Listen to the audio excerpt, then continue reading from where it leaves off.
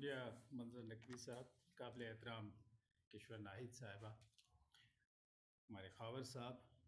मोज़िज़ अकाबरीन इल्म व दानिश डॉक्टर शेर अली। दोस्तों,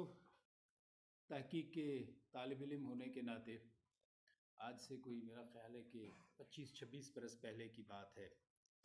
डॉक्टर नजमुल इस्लाम साहब क्लास ले रहे थे और उस तहकीक की किताब में क्लास में पढ़ाते हुए उन्होंने दुनिया को डिफ़ाइन करते हुए कहा कि ये सारी कायनात तू और मैं, इसकी तशरीह पे ख़त्म हो जाती है। अच्छा, पहले तू या मैं, इस सवाल को उठाने के बाद उन्होंने तालिब इल्मों से मुकालमा शुरू किया। अभी पिछले दिनों मैं एक तुर्क फ़िलासफ़र को, नरसी, जो कि नर्स में पैदा हुए, 19वीं सदी के बड़े फ़िलासफ़र हैं, जो कि हैं तो रिलीजियस फ़िलासफ़र,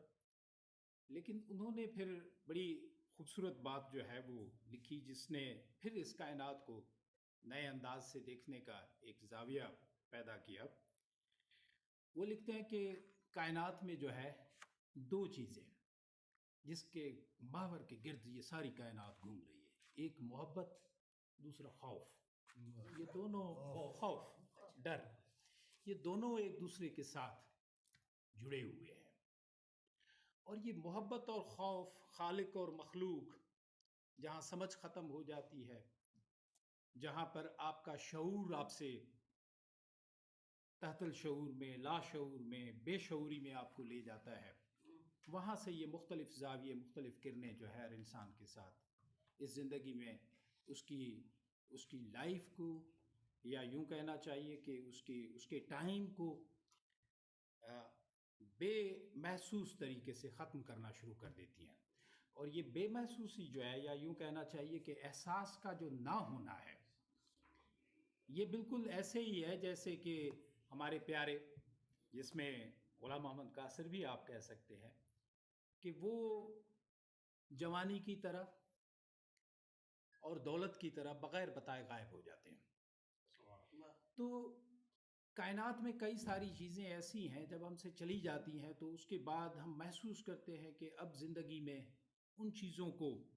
किस तरह से जो है वो रिकॉल करके उन खुशियों को, उन आसूदगियों को जो है दोबारा से महसूस किया जाए, क्योंकि वो तस्कीन या वो फ़रहत जिसे आप कहें, या ज़िंदगी का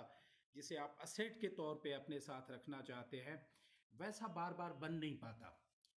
और मेरा ये ख्याल है कि इसमें वारिस फिर हमारे बट जाते हैं ना, अदीबों का, शायरों का, फ़नकारों का एक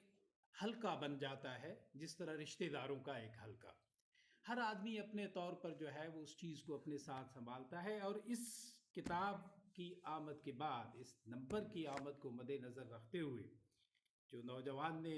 जिस खूबसूरती के साथ, जिस मोहब्बत के साथ, उनकी वालिदा का पेश लफ्ज़ भी मैं पढ़ रहा था, जिस अपनाहियत के साथ फिर हमारे अदबी इज्तिमाई कुंबे को जिस तरह ट्रिब्यूट दिया है, कंट्रीब्यूट किया है उनकी तहरीरों को, तो एज़ अ अदब के तालिब इल्म होने के नाते मैं ये महसूस कर रहा हूँ कि ये तो एक ऐसा महल बना दिया गया है जिसकी कई सारी विंडोज़ हैं, और वो विंडोज़ मुख्तलिफ ज़ावियों में ओपन होकर मुहक्किकीन के लिए, अदीबों के लिए, नाक़दीन के लिए,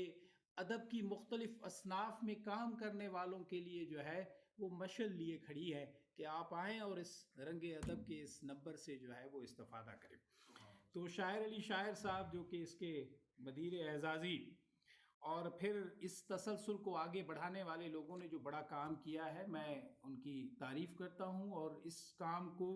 मैं इस 21वीं सदी में, क्योंकि मैं 20वीं सदी के नुकूश का रीडर रहा हूँ, और उसके मखसूस नंबर जो मैंने देखे, उसके बाद इस किताब को देखते ही, इस नंबर को देखते मुझे नुकूश याद आया। और वो नुकूश जिसका मोहम्मद तुफ़ैल बाद में मोहम्मद नुकूश कहलाना पसंद करता था। तो ये मोहब्बतें, जो एक तसलसल है, उसकी झलक जिस तरह मैंने अर्ज़ किया ना कि ये किताब न्यू विंडोज़ ओपन कर रहा है। इसमें जिन राइटर्स की राय मैं दाद देता हूँ आपकी, ख़ास तौर पर जिस अंदाज से, जिस मोहब्बत से, जिस अपनायत से आपने लोगों को अप्रोच किया, और उन लोगों ने जो है वो आपको इस नंबर के लिए जो है आपके वो आरा जो है वो यहाँ पर इकट्ठी हुई हैं, और उस हर राय के अंदर, उस हर फिक्र के अंदर जो है उस शख्सियत की झलक हमें नज़र आती है, उसका अदबी कद नज़र आता है। आज जिन लोगों ने यहाँ पे मकाले पढ़े, वहाँ से हम एक उसकी शख्सियत का अपने अपने तौर पर उस बंदे की शख्सियत का जो है वो इस महफिल को मद्देनज़र रखते हुए, अगर पहली मुलाकात है तो आप अंदाज़ा लगा सकते हैं अपनी सोच के एतबार से, अपनी समझ के एतबार से कि वो आदमी किस मकाम और किस मर्तबे का है। इसी तरह यहाँ पर भी हर आदमी अपने तौर पर जो है वो इससे, जैसे वो अपना हीरे जवाहरों के तराशने की बात हुई, या इसी तरह जो गोताखोर होते हैं जब समंदर के अंदर या दरिया के अंदर डुबकी लगाते हैं तो जितना जिसमें दम होगा, जितना नीचे जा सकेगा, वो उतने ही ज़्यादा जवाहर या जो है वो चीज़ें ऊपर ला सकता है। तो इसी तरह जिसका जितना फ़िक्र है वो इससे इस्तेफ़ादा कर सकता है। और जो तरतीब आपने रखी है, जिस हवाले से आपने, मेरा ये ख्याल है कि ये बज़ाहिर तो ग़ुलाम अहमद कासिर नंबर है, लेकिन ये 20वीं और 21वीं सदी के मारूफ अदीबों को आपने यकजा, यूँ कहूँ कि ये किताब जो है वो एक किताब ऐसा जिसमें फ़िक्री म्यूज़ियम जो है आपने बना लिया है, जहाँ से लोग जो है वो इस्तेफ़ादा कर सकते हैं और उसको समझ सकते हैं। मैं मुबारकबाद देता हूँ, और ख़ास तौर पर जब मैं इसका पेश लफ्ज़ पढ़ रहा था तो सच्ची दिल की बात यह है कि ऐसे वारिस, देखिए शायर अदीब हमारा एक अपना एक अदबी कुंबा है, कहीं लाइकिंग डिसलाइकिंग तो ज़रूर हो सकती है, लेकिन जो आदमी घर के अफराद को मुतासिर नहीं करता। मुझे याद है डॉक्टर तनवीर अब्बासी साहब के यहाँ, मैडम आपके दोस्त थे यहाँ एच कब्रिस्तान में, वो मदफून है, मेरे उस्ताद रहे। तो एक दफ़ा एक शायर मकामी उनके पास आए और कहने लगे कि सर मैंने ये गज़ल लिखी है, आपको सुनाना चाहता हूँ, मुझे पसंद नहीं है लेकिन आप सुने, शायद आपको अच्छी लगे। तो डॉक्टर साहब ने कहा कि जब तुम्हारी गज़ल तुम्हें अच्छी नहीं लग रही तो मुझे क्यों अच्छी लगेगी ना। तो जो शायर अदीब अगर अपनी फैमिली के किसी एक फ़र्द को भी मुतासिर नहीं कर सकता तो वो दुनिया को कितना मुतासिर करेगा। ये तो यानी उस स्टूडेंट की मिसाल है कि उस्ताद तो क्लास में एक लेक्चर डिलीवर करता है, ये तो तालिब इल्म पर मुनहसर है कि वो कितना उससे इस्तेफ़ादा करे। इसमें उस्ताद का कोई कमाल नहीं होता, ये तालिब इल्म का कमाल होता है। तो हम जो तालिब इल्म हैं वो तो अपने तौर पर उससे इस्तेफ़ादा करेंगे, लेकिन उसके साथ साथ मैं ये समझता हूँ कि फ़ैमिली के अफराद का इसमें इन्वॉल्व होना, और यहाँ पर एक के बजाय पूरा कुंबा मुझे इन्वॉल्व दिखाई देता है, तो ये बड़ी कामयाबी की बात है और खुशबख्ती की बात है। यकीनन ये सिलसिला जो है वो जारी रहना चाहिए, लेकिन हम आप पर इतना बोझ नहीं डालेंगे कि ये नंबर जो है वो कंटिन्यू, दूसरा नंबर भी आप शाया करें। कहना आसान है, लेकिन मैं आपको एक ये तजवीज़ दूंगा। डॉक्टर शेर अली यहाँ पर मौजूद है। पाकिस्तान में इस वक्त जो है वो 150 से ज़्यादा यूनिवर्सिटीज़ हैं और 80 से ज़्यादा जामियात में जो है वो उर्दू पढ़ाई जाती है, और उसमें जो है वो मौजूद। इस किताब की डिजिटलाइजेशन आपके पास ये सॉफ्ट कापी मौजूद होगी ना, उस सॉफ्ट कापी को I will suggest you, doctor शेर अली आपकी इसमें रहनुमाई करेंगे। आप ऐसा करें कि तमाम चेयरमैन्स जो है उनकी यूनिवर्सिटीज़ की वेबसाइट के लिए ये किताब आप PDF में आप उनको मुहैया कर दें।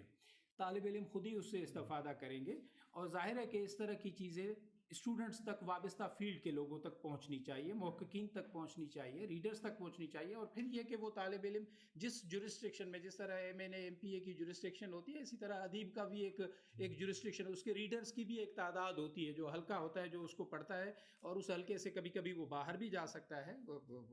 इंटरनेशनल लेवल तक भी जा सकता है। तो ये एक जो आपने